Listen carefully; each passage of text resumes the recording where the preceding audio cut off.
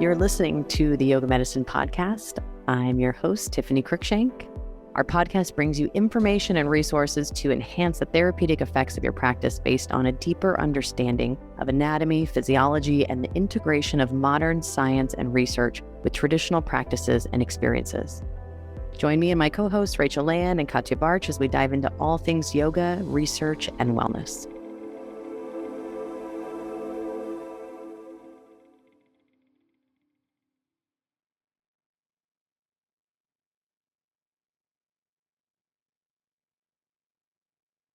All right, welcome back. We're excited to be back with another, I think, really fascinating topic. And this one is really close to Katja's heart, I know, especially because she's finishing up her PhD on tissue stiffness and biomechanical tissue properties of fascia as well, which I think is maybe not as interesting as a topic of of a topic if you're not familiar with what it actually means and the implications to the work that we do as yoga teachers, as body workers, as anyone who really works in physical medicine or movement or any of those specialties. I think that's a pretty broad range. So there's a lot of implications to this in our work with injuries as well as with athletes and a lot of claims out there, I think, that can make this topic really loaded and confusing. So our goal with this episode is really to clear up some confusion, but also leave some space for what we don't know, as always, which is kind of our goal, I think, on all of these, presenting the research as it is and some potential applications and looking at hopefully some future learning as well. So I will hand it over to you, Katja, to start us off. Yeah, you started us off really perfectly. I think talking about stiffness is exciting because of my PhD work, but also I think it's exciting, as you mentioned, because the claims that we hear about words like stiffness or tension, they can really be confusing. So sometimes we may hear something along the lines of stiffness is an athletic superpower, or we need stiffness in our system to transmit forces in the system. So that's something good, right? I wanna have that. But also you may hear something along the lines of we want to do techniques or practices to release tension or to get rid of it, or therapies that get rid of it. So that doesn't sound too nice. I wouldn't want that, right? Implicating or implying that this is something negative. And I think it's one of those terms, stiffness is, that it's really worth looking at, not to get hung up on the terminology, but to understand what we mean by it so we can maybe use it in a more aware or conscious way. So yeah, that's what we're trying to do today, right? Well, and I think terminology is really interesting. It's such a fascinating thing because I think as yoga teachers, I always prefer to be really succinct and create visuals that are meaningful for my students than to be completely scientifically accurate. However, I really believe that as teachers, it's helpful to really understand the nuances of the meaning behind this because you can better understand the research and the implications for what it means. So, yeah, I think stiffness is one of those words we use pretty loosely and can be used in a lot of ways that maybe I'm going to put in quotes wrong or inaccurate, but can still be a helpful way of guiding a class really succinctly. But again, I think knowing what's behind it is really important. And I'm glad to have you here to do that for us, the expert. Yeah.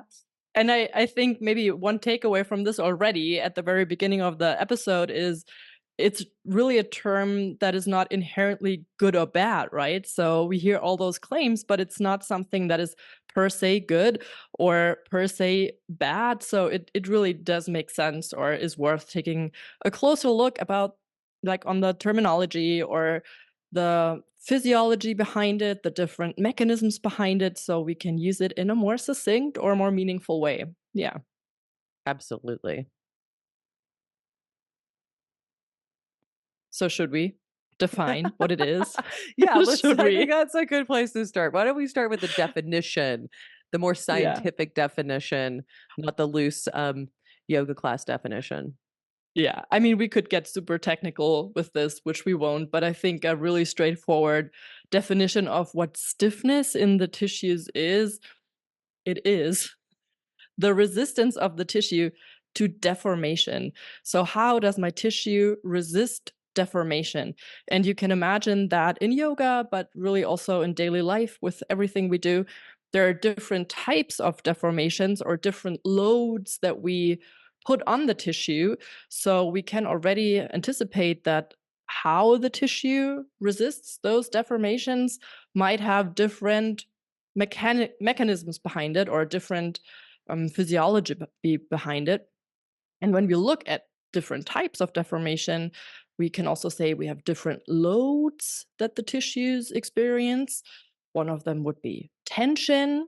So maybe an elongation, a pulling, a getting longer of the tissue, like in stretching, like any movement in yoga that resembles a stretch where the tissue or the structure gets elongated somewhat.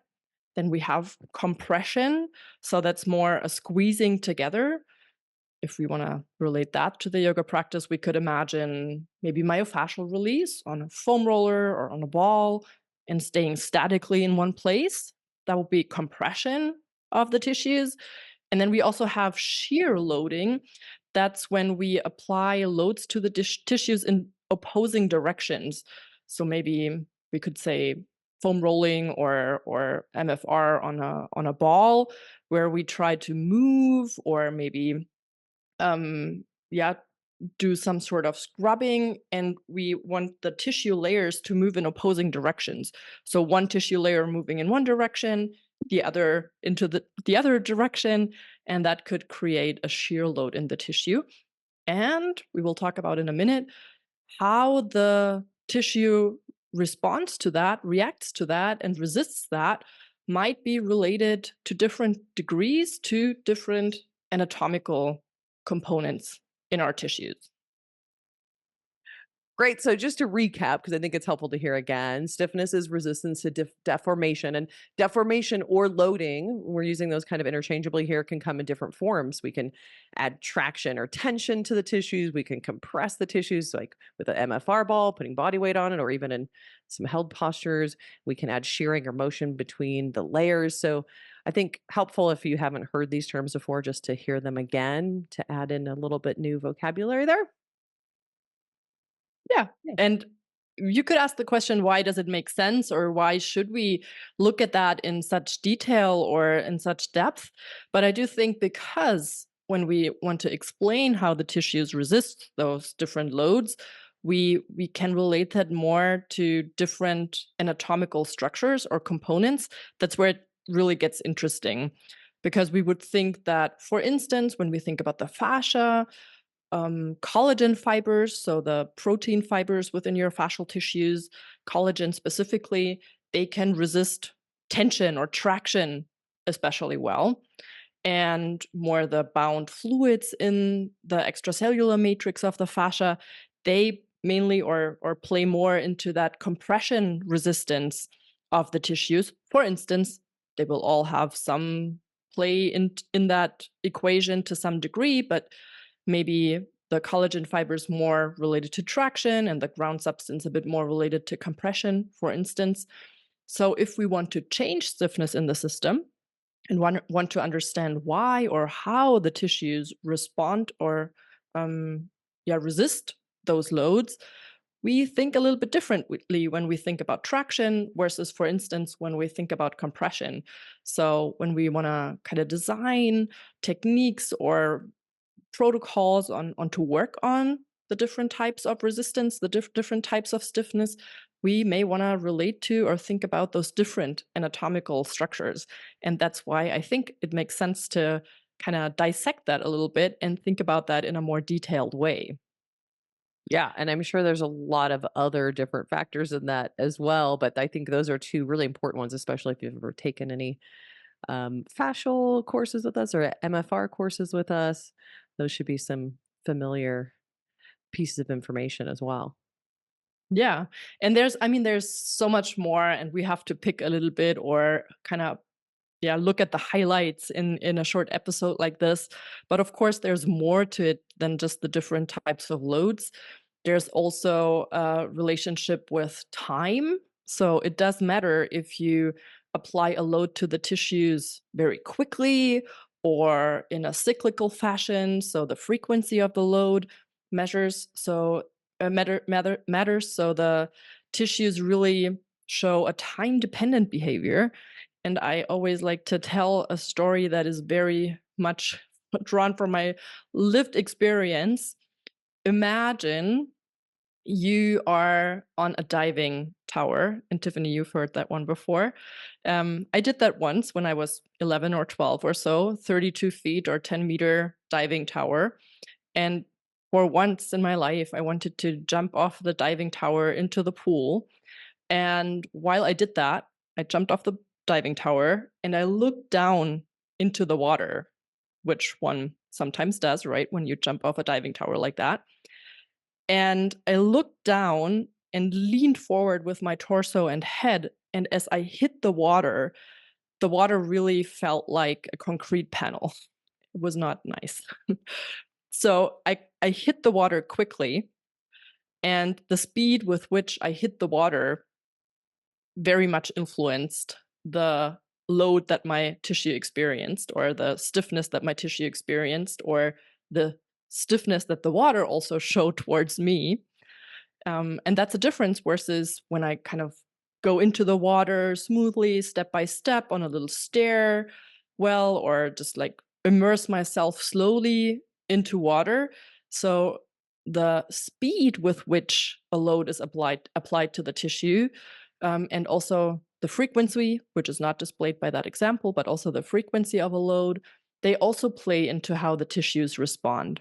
And your manual therapist or massage therapist of choice will very much know that and play with those different speeds to get into different layers of the tissues and to work with them in a meaningful way. So another thing that we can kind of have in mind when we want to, for instance, decrease tissue stiffness. So, how fast we move, or how often, how quickly we go through a movement or a certain technique matters as well.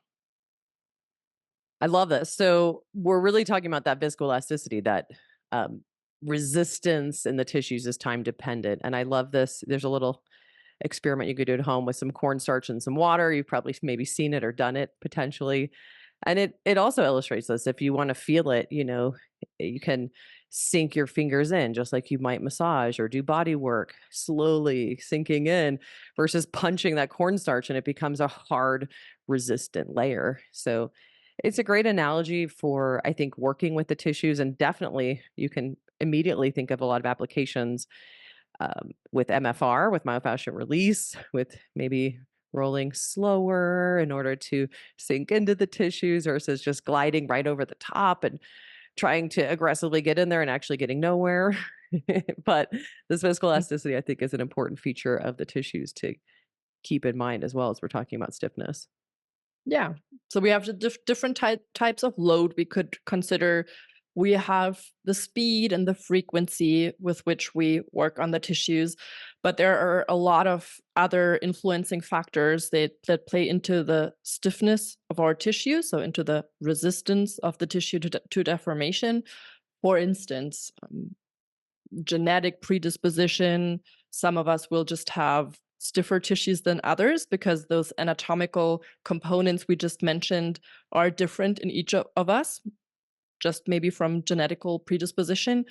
But also, you could imagine aging or certain types of medication, but also generally how you move, or what kind of treatments you receive throughout your life or in your daily life can also have an impact. So many different things that impact the tissues and the stiffness of the tissues that we may want to have in mind. And it's really complex. And a caveat at this point, maybe already, we know some of those relationships. So that aging impacts stiffness, but in many of those instances, we don't have a clear understanding how exactly, or the so-called dose response relationship of that. So we're still learning about that, how all those different factors play together to impact our tissue stiffness. And I think, did I miss you or did you leave out your favorite? I think, did I hear sex hormones in there? I think maybe you No, left out your favorite one. I left it. Yeah. So that's another I'm like, one. how did she forget that one? That's like your favorite to talk about. I would probably have mentioned it in a minute, but yeah, so sex Okay. hormones, sexes, differences between the sexes, also, um, female sex hormones in particular have been researched somewhat in the last couple of years. So we do know that throughout the menstrual cycle, but also throughout the female lifespan, so after menopause or throughout the perimenopausal transition, also has an impact on tissue stiffness.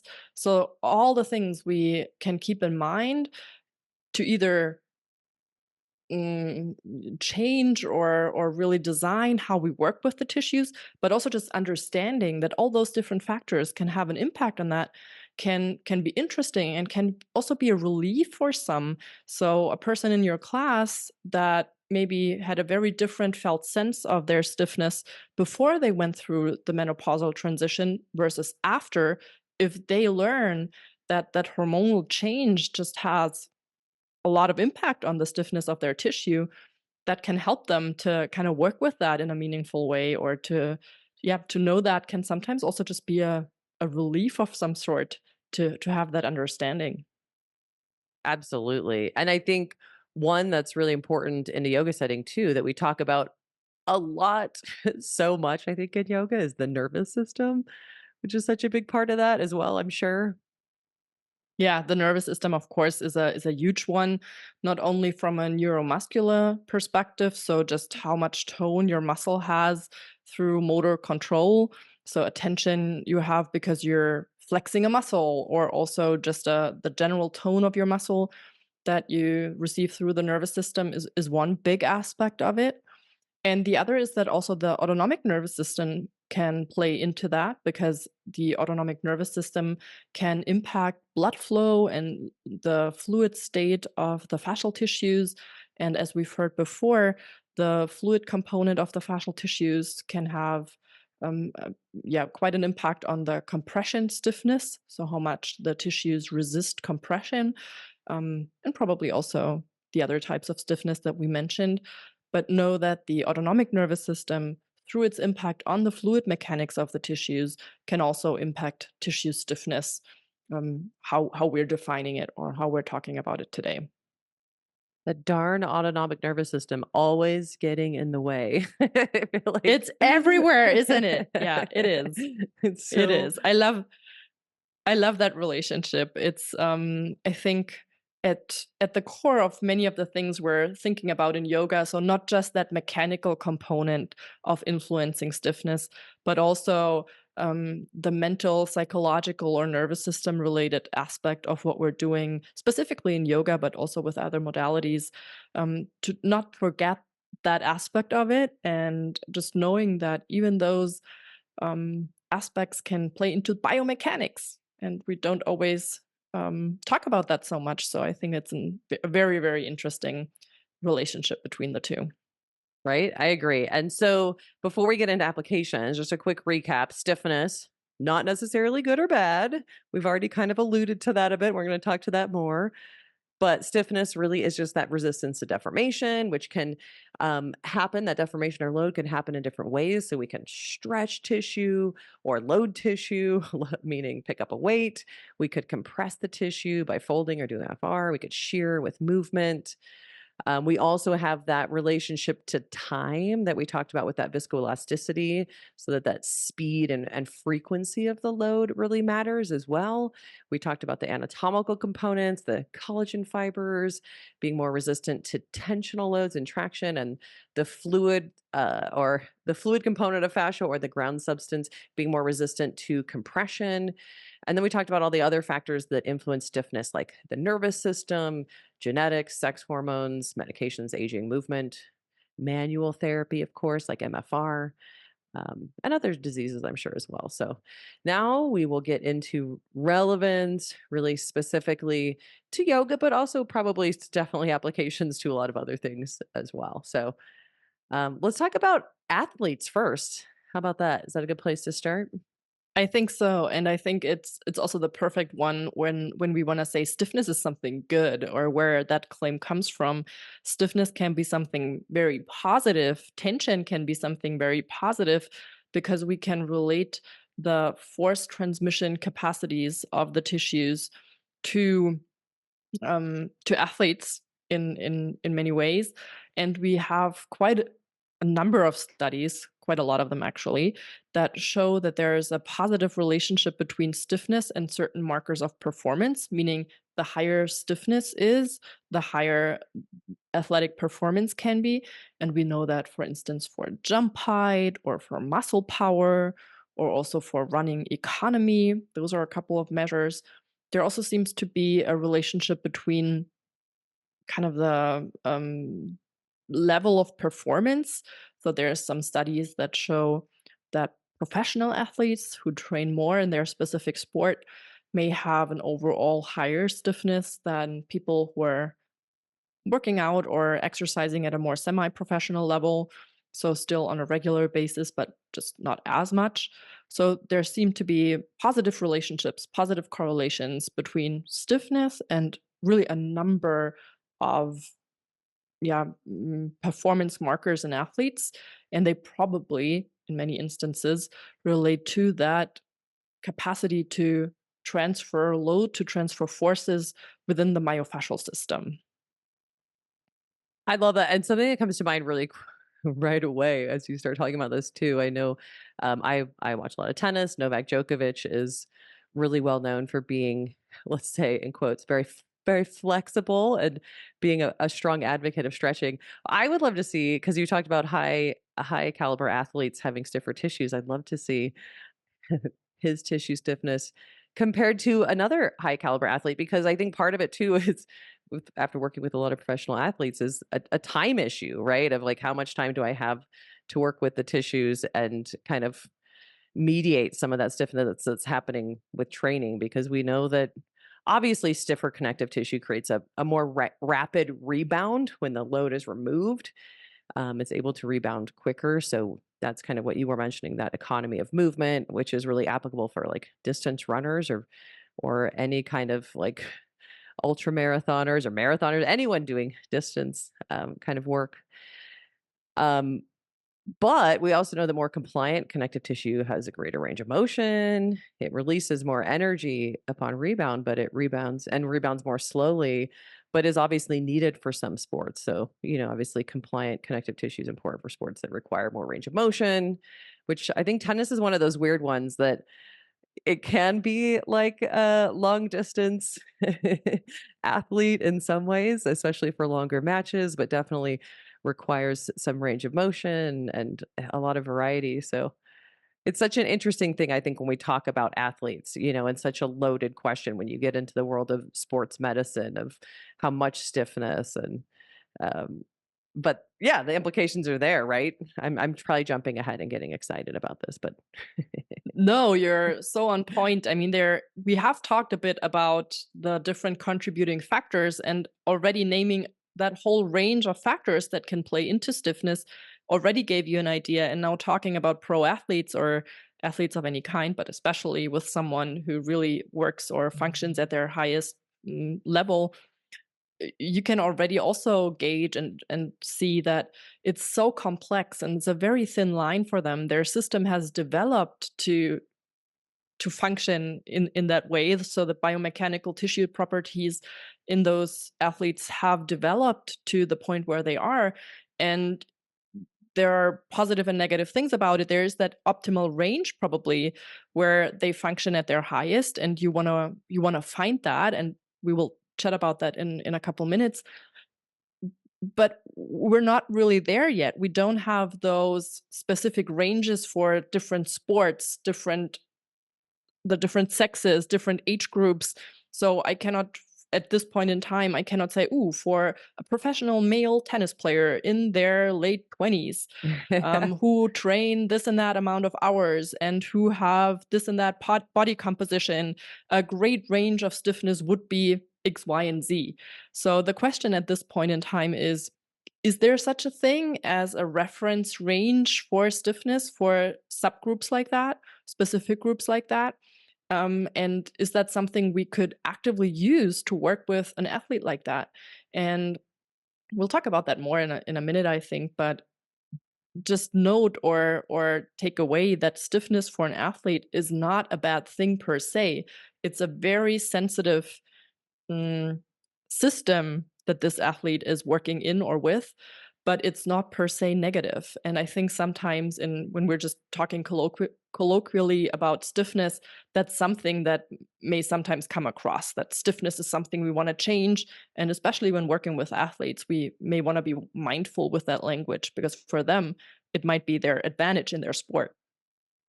Right? And I think in sports medicine, stiffness is really precious, but it's one of those things, and as a yoga teacher, when you get athletes coming to your classes, it's one of the first things we teach in our yoga for athletes training is like, hey, our job is not to get rid of that stiffness. We want to support the adaptations of the body to their sport. It's not that every athlete needs to be able to touch their toes. That's not a great measure of their resistance to injury or their resilience as an athlete or their ability to recover or a million other things that are important as a professional athlete. So, yes, stiffness is precious as an athlete, but then I think this next question leads us into the next phase of, is more always better?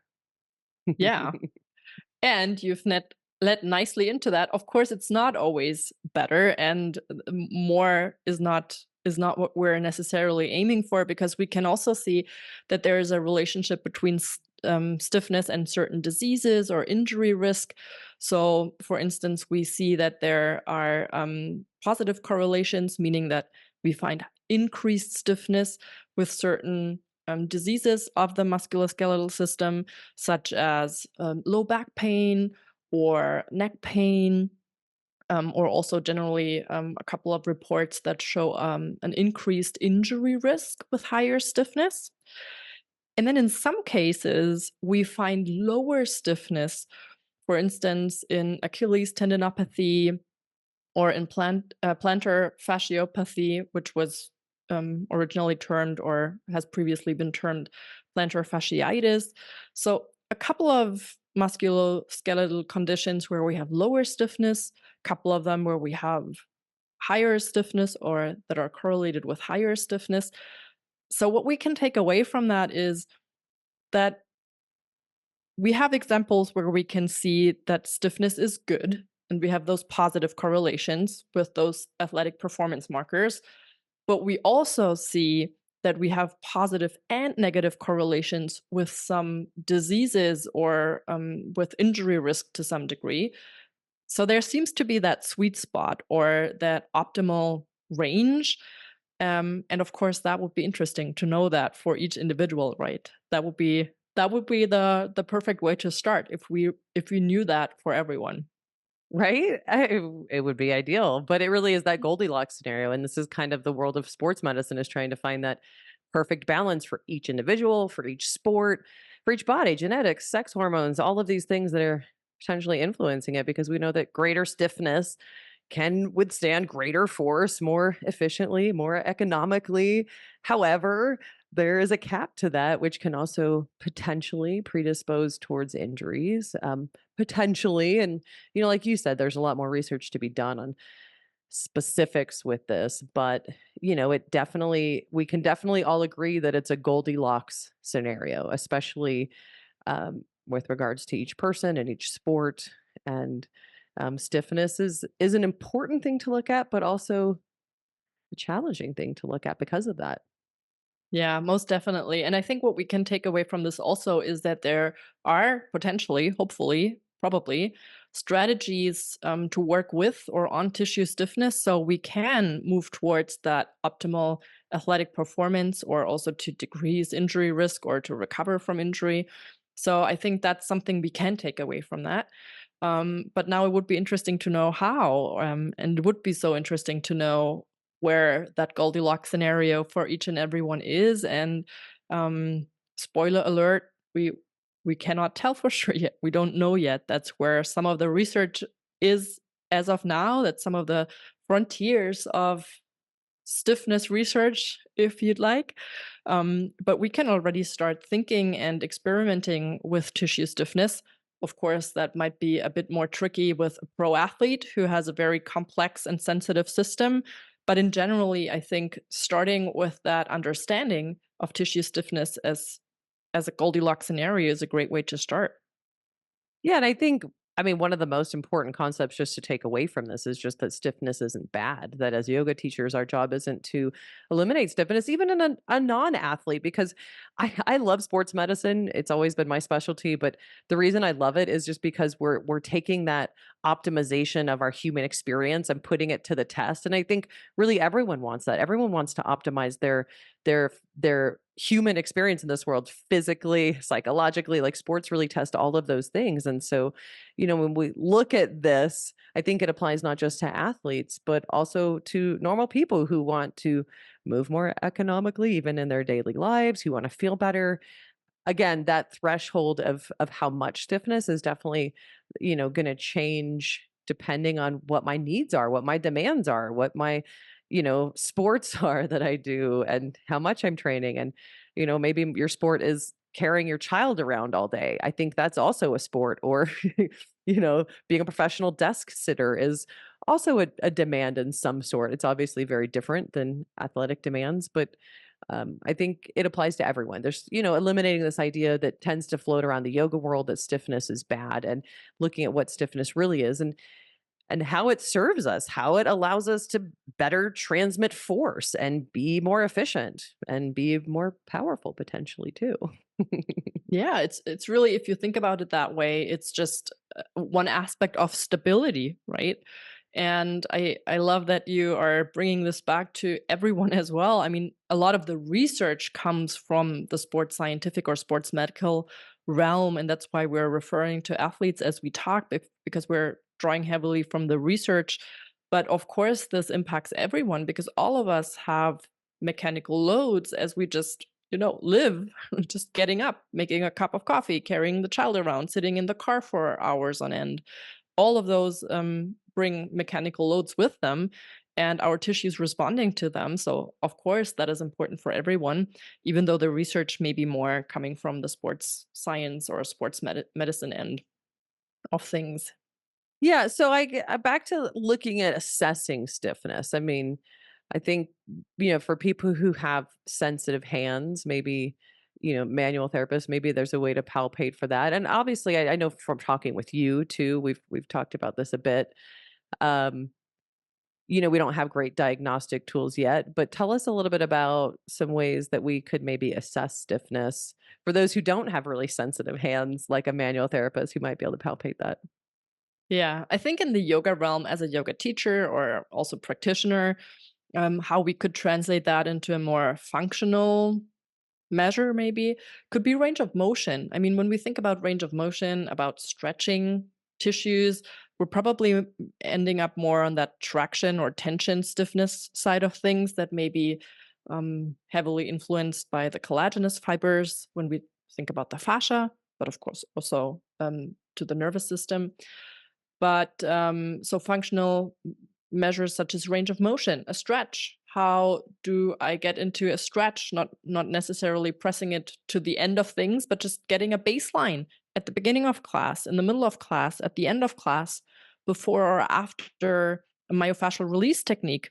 So just those baseline poses or little stretches that you can put in your class or into your practice to assess for that might be a great one. And also, you could cue or experiment with your in your own body, just your felt sense of stiffness. So not even in a specific pose, but there's also some research being done just on the individual perception or felt sense of stiffness. And of course, that is more subjective, but it might be something interesting to note if it's an issue or if it's something you want to track. Just note that at the beginning of your day, in the middle, at the end of the day, and do that maybe throughout a month. Maybe just even see how your menstrual cycle influences that, for instance. So those could be some very practical and hands-on, easy to use measures to look at that or to bring that into the practice and teaching. Well, and I think this is a great reminder because, I think we've talked about this before, but in like in the yoga world, we have yoga poses, which are a reflection, especially the static poses, like yin type of poses are a reflection of range of motion. And we tend to look at the pictures and think this is the ideal range of motion. And hopefully from this conversation, you're starting to think each person has their own picture of an ideal range of motion. And that might be exactly what they bring to class. If they're not having issues with function or pain, or performance, that might actually be the perfect range of motion for them. And yes, I want to continue probably doing some range of motion work and static stretching. And that's a whole bigger topic. I think how to maintain range of motion both actively and passively. But I do want to continue doing that to maintain that range of motion I have probably. But my goal isn't to get to the picture in the yoga book. Again, stiffness is individual. It's not a shape or thing that you can measure. And this is why in our orthopedic modules, when we look at like our hip teacher training, our shoulder teacher training, our spine teacher training, we take our teachers through doing an evaluation, and there's always a range for each part of the range of motion, and it's an approximation, right? Because depending on the needs of the person, we want to look for big changes, especially differences from one side to the other. But it is a little vague because I am taking into context who this person is, what they do or don't do, what their needs are, what their functional deficits are, differences side to side. So I think removing that, like, it's so nice and comforting to have the yoga pose visual to be like, everyone needs to look like this. And if you don't, then we need to work on it. But, I do need to put everything into context and consider who is this person? What are they doing? What do they need? What are they lacking? Where are they being hindered? And so I can look at, do they need more range of motion? And if so, there's a lot of ways we can work on that. Again, not that we're going to talk about those on this episode, but yeah, just taking away that picture and remembering that it's individualized. And I have a question for you, and maybe this is still coming in the research because we're talking about now assessing that collagenous matrix. And so my brain instantly went to like, how do we assess that fluid matrix? I know for me, like after I go play tennis, sometimes I'll just sit like in Vajrasana and feel that like, holy cow, it just feels so much more resistant to compression. And of course, my automatic, just natural inclination is to grab my myofascial balls, and maybe that's a good one, and maybe I'm just being overly broad with my brushstrokes here. But I'd love to hear your thoughts. Yeah, I mean, if you wanted to put that into your own practice, using myofascial release balls or just your own hands and put some compression on the tissues might be an interesting one. So if you put compression to the tissues, of course, you will also have collagenous tissues, muscle tissues under your hands. So it's not just the ground substance that would contribute to that resistance that the tissues present, but we know that the ground substance is definitely a big part or plays into that resistance of the tissues to compression.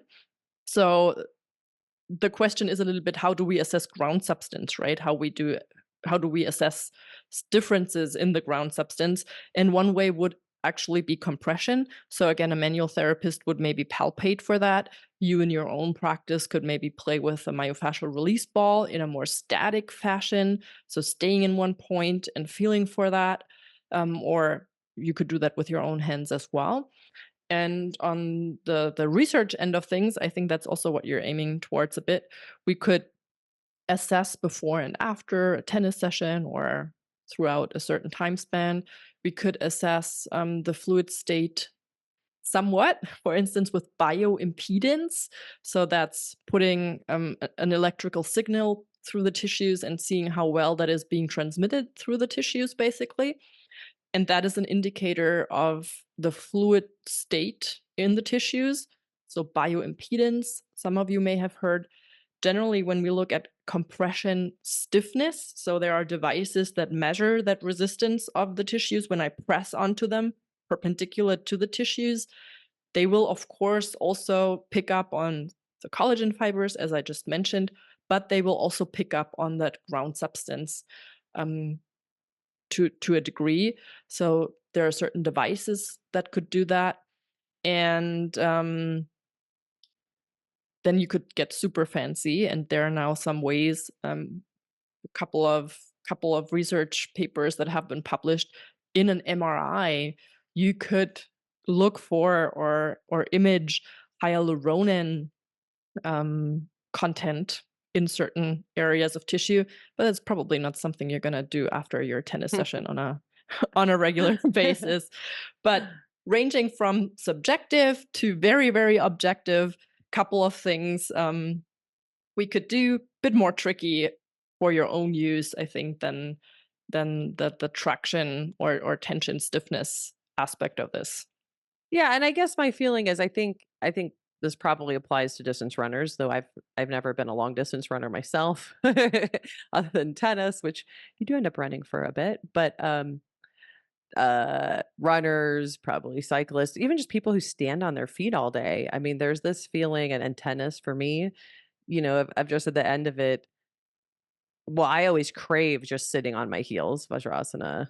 Um, or even child's pose, but you can feel that increased resistance there, and I'm assuming that's that fluid layer that we're talking about, that resistance to compression, and so obviously not a scientific way of measuring, but it could be an interesting way of maybe checking it, at least for the legs. It's not going to be specific as much, but I definitely feel it for calf stuff. I Yeah. don't know. And I mean, there's probably then also other things coming into this as well. You could also Yeah. look for pressure pain thresholds, but then you have a bigger issue of pain, which is multifactorial. And then that's another podcast. But yeah, I think for personal use, that might be a good way to start, to just have that baseline and compare throughout the course of your, I don't know, training plan for the next couple of weeks, for instance. Yeah, and then I mean, I'm assuming before we get to the next part, I'm assuming too, when we look at things like static stretching and MFR, because we're talking about the collagenous matrix and the fluid matrix, the ground substance, in relation to tissue stiffness. I'm assuming that static stretching and MFR are two ways to work with tissue stiffness in those two components as well. Meaning that Yeah. static stretching is more specific to the collagenous matrix, although we know there's more to this. I'm being maybe a little bit too rudimentary here, but and probably the MFR being a little bit more specific to that fluid matrix too, as we look at changes in tissue stiffness with those tools, I'm assuming. Yeah, very in very broad strokes, I would agree. I think there is probably a lot of nuance to this, because we cannot say a traction load as an aesthetic stretch is only going to address the collagen part of the fascial tissues, while Yeah. a static MFR techniques is only or mainly working on the ground substance, because it's always both, right? But generally speaking, I think if you wanted to experiment with that in a more pronounced fashion, so to play with those different aspects of it, I think you could probably say that to some But both degree. of Yeah. those are used to decrease tissue stiffness, correct? Is MFR having a substantial effect on tissue stiffness? There's mixed research on that. So if you look at it in a qualitative way, you have multiple studies that show that foam rolling as a specific type of MFR is decreasing stiffness.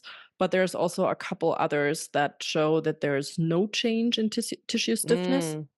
Which I think is really interesting because when I see that, I always think for me, the MFR has more of a regulatory effect. Like I use it a lot pre sport and I don't use a lot of it, but for me, it's almost like priming the tissues. So, and normally you wouldn't think of decreasing stiffness as a helpful thing before you go pre sport.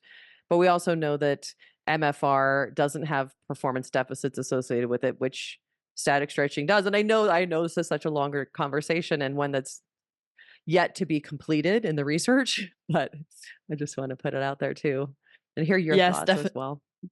definitely. And I think it really matters if we tie this more to the range of motion end of things, because that we definitely Mm, know has a strong impact. But if you look at just the biomechanical tissue properties themselves, there, as I mentioned, there are a couple of studies that specifically talk to foam rolling or myofascial release and fascia.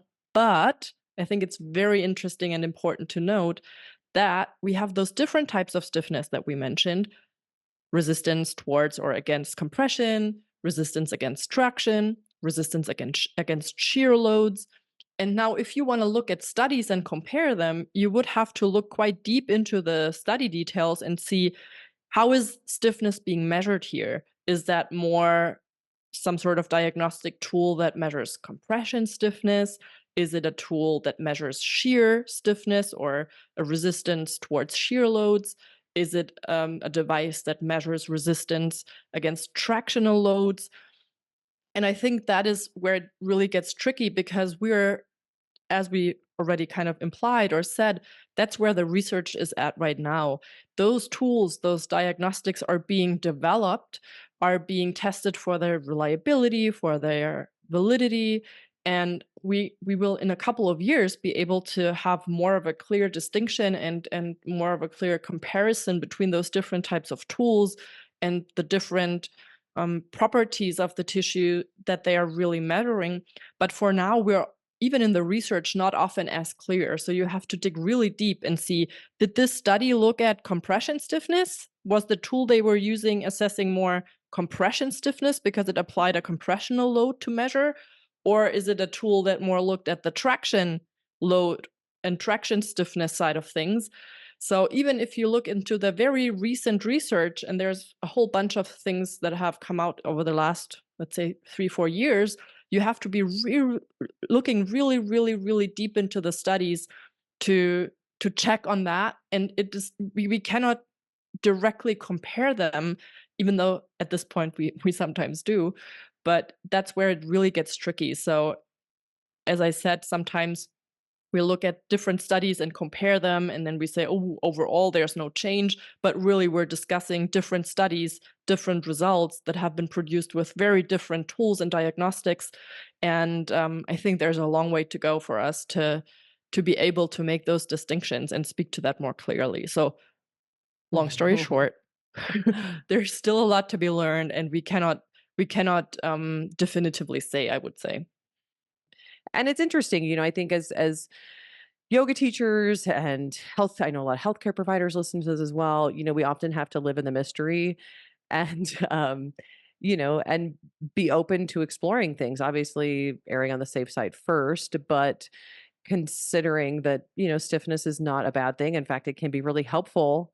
I could speak to this when I first started playing tennis again. Like, I really needed that stiffness, and now my body is stiffer. I move a little differently, but it's very helpful for me in a lot of different ways.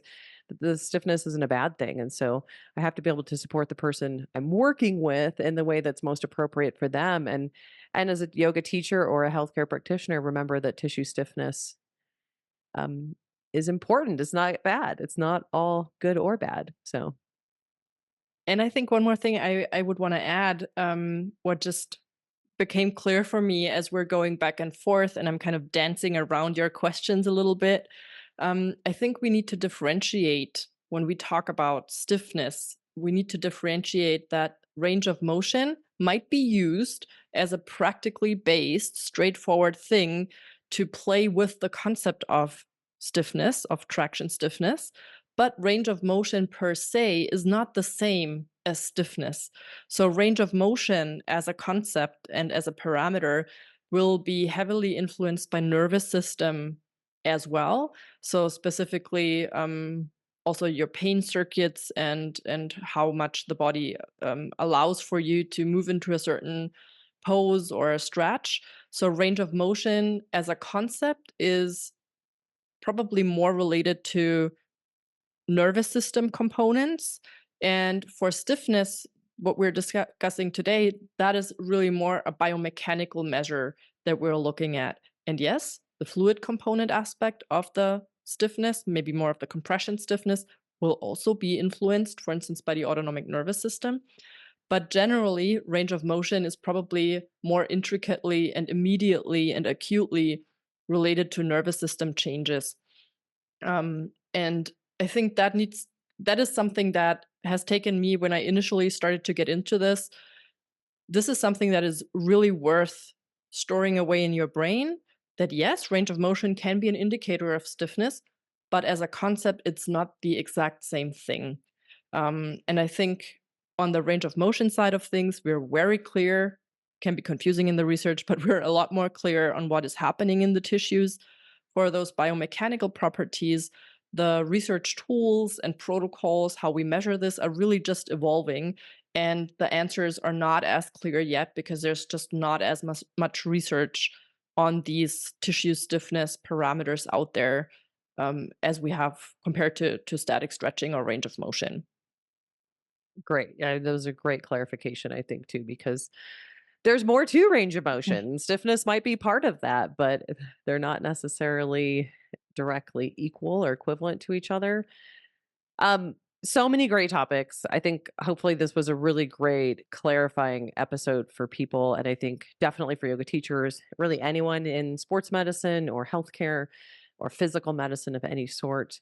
And I think the takeaways really being stiffness is both good and bad. It's really that Goldilocks scenario that it really does help us be a better athlete, to have more economical movement, to have more efficient and powerful movement potentially too, for better force transmission, and can be our superpower. I think you mentioned earlier on too. And you know more stretching isn't always better.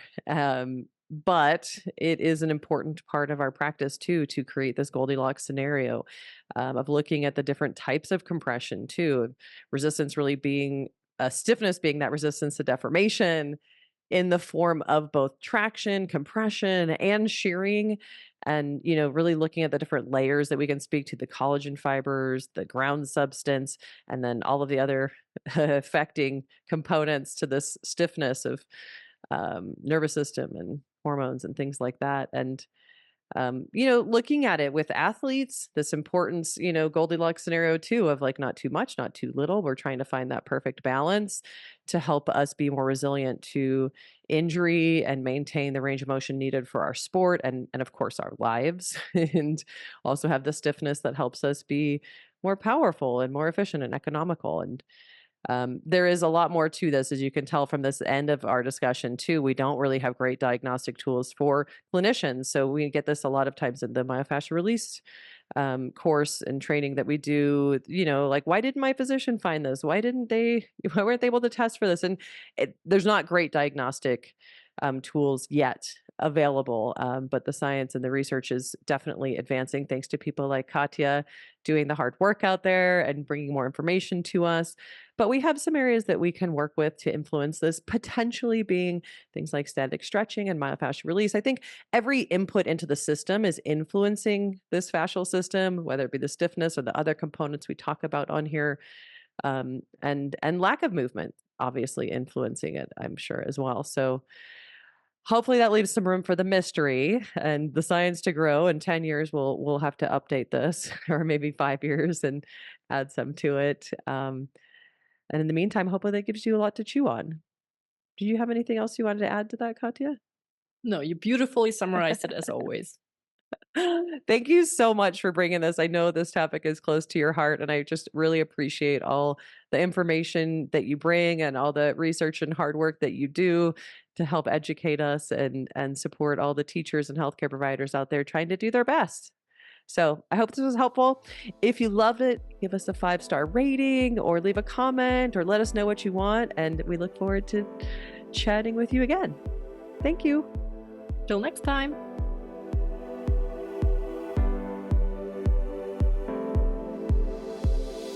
Thanks for listening to Yoga Medicine. If you like the show, please be sure to subscribe and leave a rating and review on Apple Podcasts or wherever you listen to podcasts. And if you got something out of this episode, please spread the word and share it with a friend. You can find more information, articles, trainings, and classes at yogamedicine.com, or check us out on social media as Yoga Medicine. You can also email us at info@yogamedicine.com. Thank you for being a part of our Yoga Medicine community. We look forward to seeing you again. The content of this podcast is not medical advice and is not meant to replace medical care. Please consult your healthcare provider to determine what is best for your unique healthcare needs.